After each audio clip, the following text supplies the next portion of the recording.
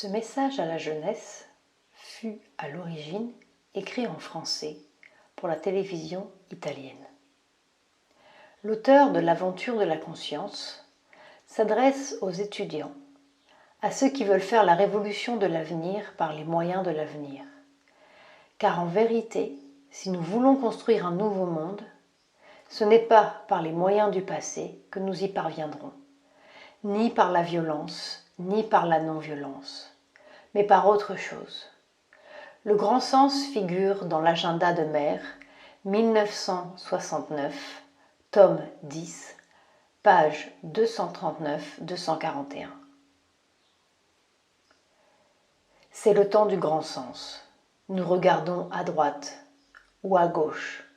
Nous construisons des théories, réformons nos églises, inventons des super-machines et nous descendons dans la rue pour briser la machine qui nous étouffe. Nous nous débattons dans le petit sens. Quand le bateau terrestre est en train de couler, est-ce qu'il importe que les passagers coulent à droite ou à gauche, sous un drapeau noir ou rouge ou bleu céleste? Nos églises ont déjà coulé. Elles réforment leur poussière. Nos patries nous écrasent. Nos machines nous écrasent. Nos écoles nous écrasent. Et nous construisons davantage de machines pour sortir de la machine. Nous allons sur la Lune, mais nous ne connaissons pas notre propre cœur ni notre destin terrestre.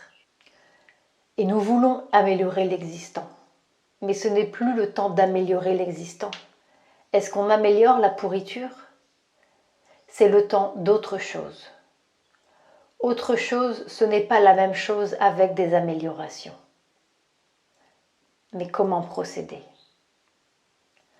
On nous prêche la violence ou la non-violence. Mais ce sont deux visages d'un même mensonge, le oui et le non d'une même impuissance. Les petits saints ont fait faillite avec le reste, et les autres veulent prendre le pouvoir. Quel pouvoir? Celui des hommes d'État? Est-ce que nous allons nous battre pour détenir les clés de la prison? Ou pour construire une autre prison? Ou est-ce que nous voulons en sortir vraiment? Le pouvoir ne sort pas de la poudre des fusils, pas plus que la liberté ne sort du ventre des morts. Voilà 30 millions d'années que nous bâtissons sur des cadavres, des guerres, des révolutions. On prend les mêmes et on recommence. Peut-être est-il temps de bâtir sur autre chose et de trouver la clé du vrai pouvoir. Alors il faut regarder dans le grand sens. Voici ce que dit le grand sens. Il dit que nous sommes nés il y a tant de millions d'années. Une molécule, un gène, un morceau de plasma frétillant. Et nous avons fabriqué un dinosaure, un crabe, un singe.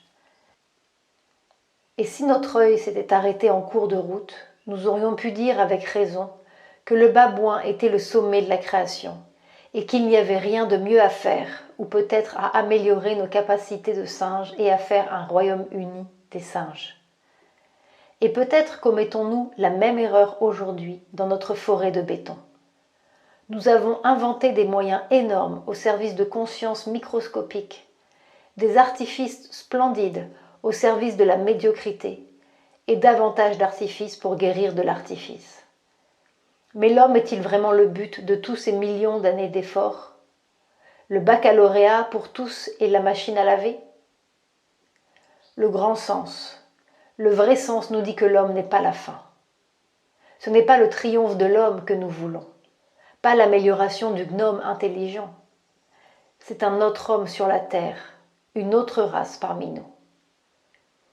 Sri Aurobindo l'a dit, l'homme est un être de transition.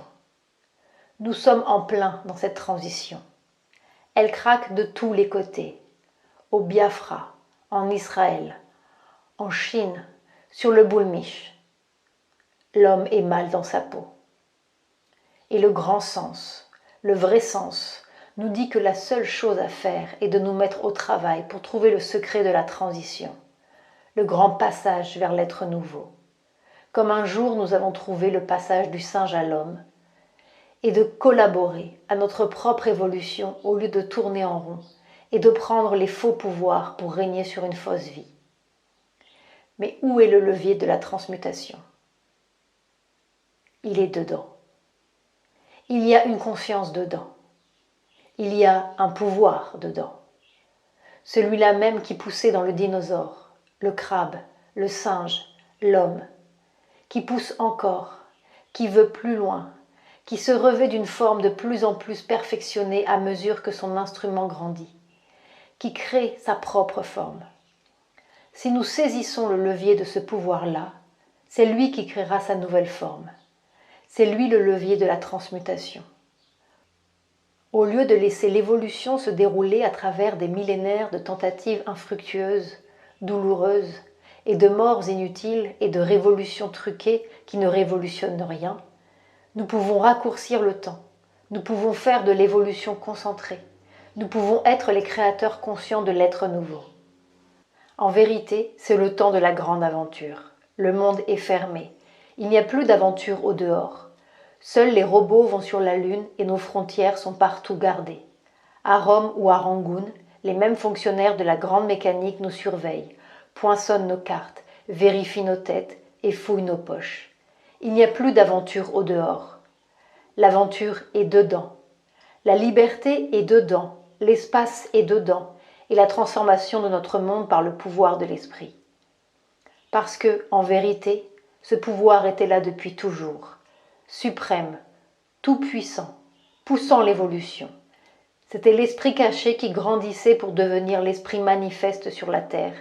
Et si nous avons confiance, si nous voulons ce suprême pouvoir, si nous avons le courage de descendre dans nos cœurs, tout est possible, parce que Dieu est en nous.